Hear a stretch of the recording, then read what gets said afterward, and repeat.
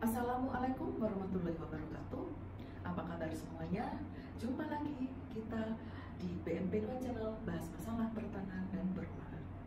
Teman-teman dan saudara-saudara sekalian, mungkin di antara teman-teman sekalian pernah mendengar atau pernah membaca mengenai konflik yang terjadi antara pemilik unit apartemen dengan badan pengelolanya. Nah, kira-kira apa yang menjadi pangkal persoalan konflik ini terjadi? Yang mana konflik ini juga ada yang sampai saling melaporkan ataupun mereka bersengketa di pengadilan. Begitu. Menurut yang saya tahu begitu, pangkal persoalan yang memunculkan konflik ini adalah masalah keuangan. Karena sebagai pemilik unit apartemen, mereka diwajibkan untuk membayar iuran, dan iuran tersebut diserahkan ke badan pengelola, yang kemudian badan pengelola itu akan menggunakan iuran-iuran dari seluruh pemilik dan atau penghuni apartemen itu untuk menjalankan tugasnya dalam mengelola apartemen tadi. Demikian, badan pengelola ini ditunjuk oleh perhimpunan pemilik dan penghuni satuan rumah susun tadi atau yang disingkat dengan P3SRS sesuai dengan ketentuan Undang-Undang Rumah Susun, bahwa P3SRS ini berwenang untuk menunjuk siapa yang akan mengelola apartemen yang dihuninya. Demikian menjadi pertanyaan bagi kita, kalau memang yang menunjuk itu adalah P3SRS, ya, mengapa pengelola itu begitu dalam tanda kutip begitu beraninya begitu ya untuk berkonflik dengan pihak yang menunjuknya sebagai badan pengelola? Hal ini terjadi, banyak yang terjadi jika badan pengelola ini adalah grup dari pengembang atau developer yang membangun rumah susun itu tadi. Saya tidak tahu bagaimana yang terjadi itu badan pengelola yang dia adalah tadinya sebagai pengembang atau developer yang membangun rumah susun ini, dalam mengelola itu mereka bukan sebagai menunjukkan, tidak menunjukkan suatu badan atau pihak yang ditunjuk oleh pemilik, tetapi justru mereka yang mengatur gitu. Mereka besarnya uang iuran itu mereka tetapkan sendiri. Ketika mereka ingin menaikkan iuran itu juga mereka menaikkan sepihak. Nah, inilah yang menjadi pangkal persoalan terjadinya konflik itu tadi. Nah, mereview sedikit bahwa Undang-Undang Rumah Susun itu mewajibkan bagi para pemilik itu untuk membentuk suatu perkumpulan berbadan hukum, yaitu yang tadi namanya Perhimpunan Pemilik dan atau Penghuni Satuan Rumah Susun. Salah satu kewenangannya itu ya tadi menunjuk badan pengelola. Nah, mengapa hal ini bisa terjadi, badan pengelola itu bisa berkonflik dengan orang yang seharusnya menunjuknya? Apakah betul pengelola yang sedang mengelola itu yang di situ itu betul mereka ditunjuk oleh P3SRS? Nah, inilah yang harus menjadi perhatian bagi kita pemilik atau calon pembeli yang berminat untuk bertempat tinggal di apartemen. Juga bagi pemerintah ya, terutama pemerintah pusat juga dan pemerintah daerah yang mensahkan badan hukum P3SRS itu, dan mestinya yang juga berwenang untuk mengawasi jalannya pengelolaan rumah susun. Jadi menurut pengamatan dan analisa saya, konflik ini bisa terjadi diantaranya karena Undang-Undang Rumah Susun yang saat ini berlaku itu Undang-Undang Nomor 20 Tahun 2011 itu sebagai pengganti Undang-Undang Rumah Susun sebelumnya, yaitu Undang-Undang Nomor 16 Tahun 1985. Undang-undang yang tahun 1985 tadi itu mempunyai peraturan turunannya berupa peraturan pemerintah Nomor 4 Tahun 1988.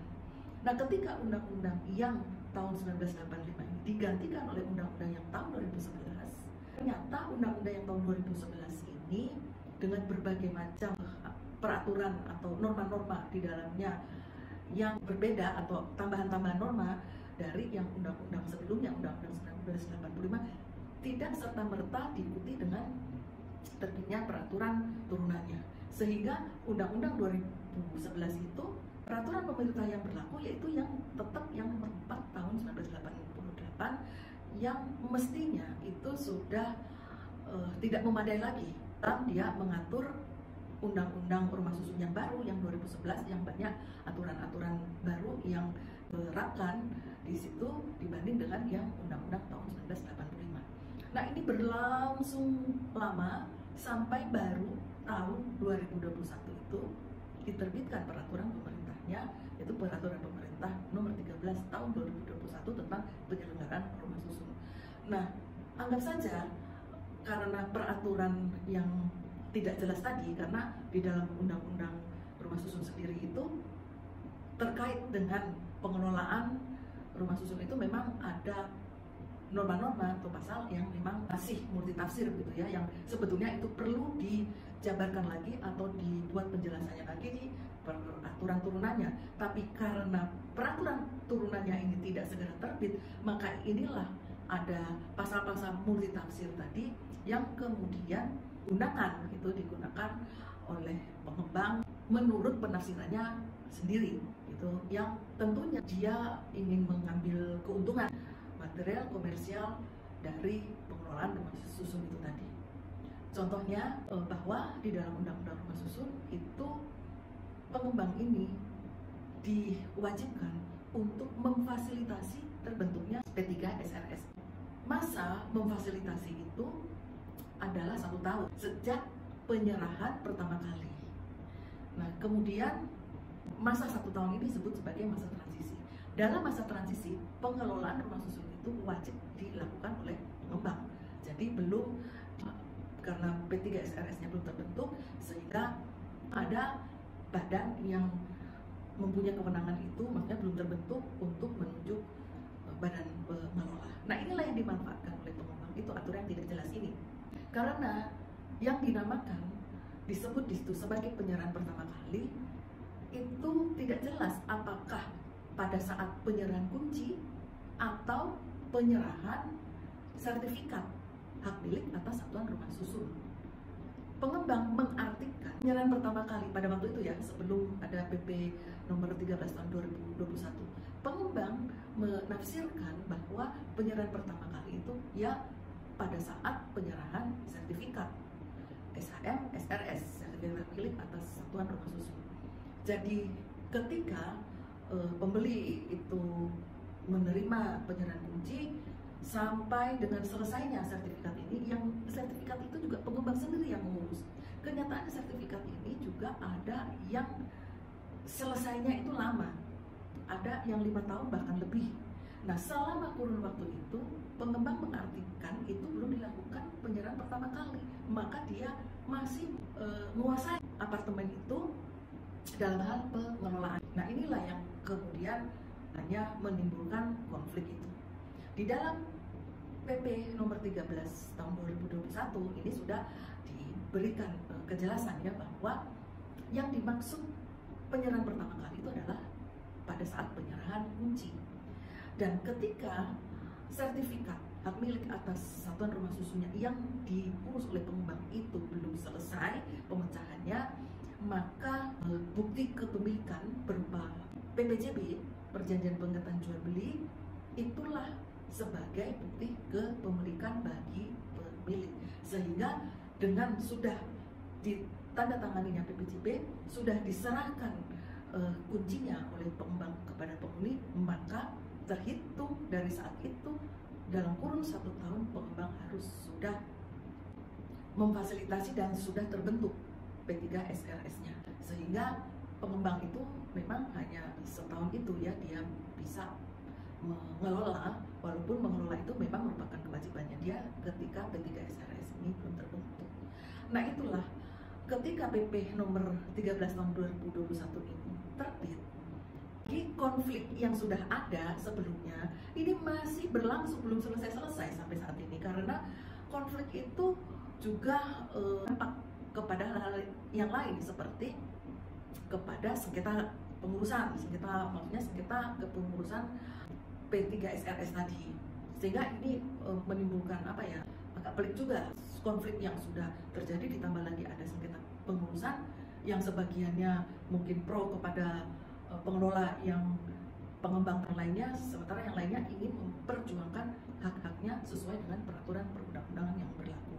Nah, pesan saya bagi siapapun yang ingin bertempat tinggal di apartemen, karena memang untuk pengembangan hunian di kota-kota besar itu memang tidak terelakkan lagi ya untuk nanti pengembangannya bersifat hunian bertingkat ya ke atas, karena semakin terbatasnya ketersediaan lahan di kota-kota besar sehingga tidak memungkinkan untuk mengembangkan hunian-hunian berupa rumah tapak dibandingkan dengan perkembangan penduduk yang sangat cepat karena faktor urbanisasi dan sebagainya gitu ya. Karena orang-orang juga ingin dekat dengan tempat bekerjanya, makanya daya keterjangkauan untuk membeli hunian yang dekat dengan pusat kegiatan atau tempat bekerjanya itu mau tidak mau ya apartemen begitu ya. Nah, tetapi dengan melihat dari kejadian-kejadian yang ada yang berupa konflik yang sampai saat ini masih ada konflik yang masih terjadi belum bisa diselesaikan, itu para calon pembeli rumah susun harus memperhatikan pengembang yang mana yang kemudian dia berkonflik sama pembelinya sendiri yang sudah menjadi pemilik itu. Makanya hindari rumah susun yang dibangun oleh pengembang itu gitu ya, itu salah satunya. Dan ketika akan menandatangani surat pesanan rumah yang biasa dikenal sebagai SPR atau PPJP, perhatikan dengan seksama fasilitas-fasilitas seharusnya didapat oleh para pembeli tadi ya. Fasilitas apa yang pasti ini juga harus menjadi perhatian untuk listrik, meteran listrik itu. Kalau kita di rumah tapak itu kan setiap rumah mempunyai itu sendiri ya, mempunyai meteran listrik itu sendiri. Sementara kalau di rumah susun ini kebanyakan itu dia ada di gardu induk, sehingga untuk sampai ke unit masing-masing itu tergantung dari gardu induknya tadi ya, bagaimana si pengelola tadi mengenakan besarnya biaya listrik itu berapa sih gitu. Sementara para pemilik karena meteran listriknya tidak berada di tiap-tiap unit satuan rumah susunnya tadi tidak bisa melihat atau mengukur berapa kWh yang dipergunakannya. Demikian juga dengan air seperti itu. Nah, ini yang memang harus menjadi perhatian supaya pemerintah juga membuat aturan di mana untuk listrik dan air itu harus disambungkan di setiap unit itu bisa mempunyai meteran masing-masing, sehingga pengelola ini juga tidak menjadi pihak yang menjual. Pengelola ini bukan mengelola atau merawat gedung rumah susunnya, tapi juga bisa menjadi menjual listrik dan menjual air. Nah, inilah yang kemudian juga menjadi sumber konflik lainnya di samping masalah keuangan, dan kemudian berdampak pada keterbelahan anggota dari P3 SRS tadi, juga ada sengketa kepengurusan. Nah, saya rasa untuk penjelasan mengenai konflik rumah susun ini seperti itu aja, seperti yang bisa saya beri penjelasan. Semoga saja ini tetap bisa bermanfaat ya bagi semuanya, dan saya mengucapkan terima kasih kepada semuanya yang telah memberikan subscribe dan like-nya di video ini. Sampai jumpa di video yang akan datang. Wabillahi taufiq walhidayah. Wassalamualaikum.